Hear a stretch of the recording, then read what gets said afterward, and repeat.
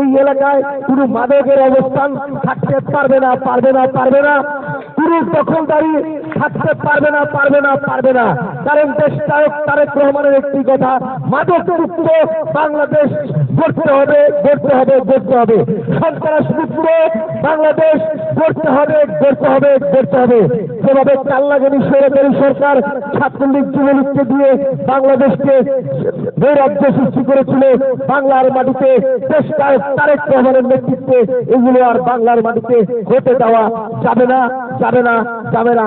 আমরা আপনাদের পাশে থাকবো, সবসময় পাশে রইব, সুখে দুঃখে বিপদে আপদে আমরা আপনাদের পাশে সবসময় থাকবো। খোদা হাফেজ। বাংলাদেশ জিন্দাবাদ, বাংলাদেশ জাতীয়তাবাদী ছাত্রদল জিন্দাবাদ।